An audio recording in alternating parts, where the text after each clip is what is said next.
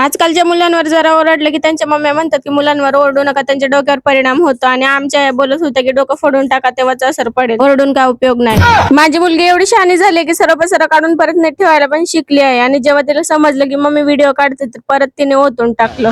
तुला स्वयंपाक करायला मदत करते म्हणून आली किचन वरची मज्जा बघायला. लहानपणी घर घर खेळण्यात खूप मजा यायची आणि आता खरंच घर घर खेळावं लागत आहे तर पूर्ण मज्जाच निघून गेली. दिवसभर चालू राहावं लागतं. वरून आमच्या मॅडमचे दिवसभर नाटकं चालूच असतात.